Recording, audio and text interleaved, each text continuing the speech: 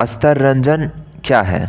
अस्तर रंजन मानचित्र को रंगने की एक विधि है जिसमें समुद्र या जलीय भाग को नीले रंग से, मैदानी भाग को हरे रंग से और पर्वतीय भाग को बादामी रंग से और बर्फीले भाग को सफ़ेद रंग से दर्शाया जाता है।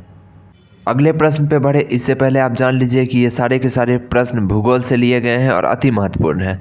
तो चलिए अगला प्रश्न है, हेस्योर विधि से आप क्या समझते हैं? तो हेस्योर विधि उच्चावच निरूपण की एक ऐसी विधि है जिसमें मानचित्र में छोटे, महीन एवं खंडित रेखाएं खींची जाती है। यह रेखाएं डाल या जल के बहने की दिशा को दर्शाती हैं।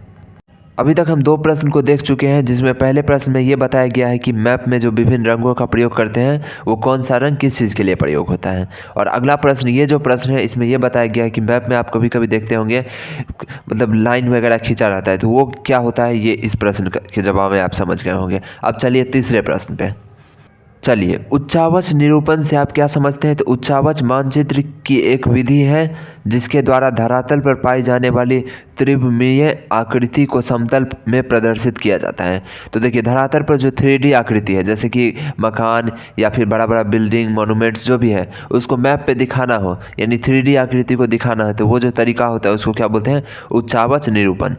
जैसे पहाड़ है तो वहाँ थोड़ा सा उठा देगा, उस तरह का जो मैप होता है तो उसको क्या बोलते हैं? उच्चावच निरूपण, उस विधि को बोलते हैं। चलिए अब थोड़ा सा ट्रिक दे देता हूँ ताकि आप इसको नहीं भूलिएगा।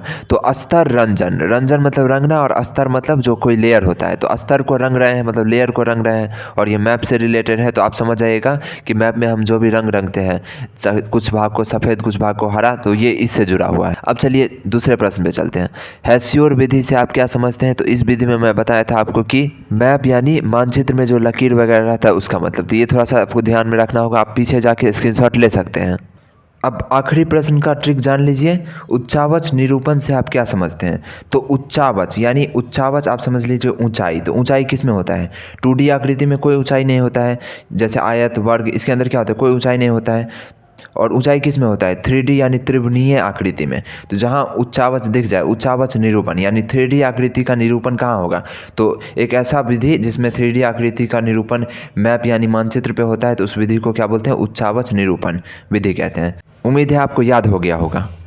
मैं लाइक करने के लिए नहीं बोलता हूँ तो आप लोग नहीं करते हैं, इसलिए ध्यान रखिए, वीडियो को लाइक कर दीजिए और चैनल को सब्सक्राइब करना हो तो वो भी कर दीजिए।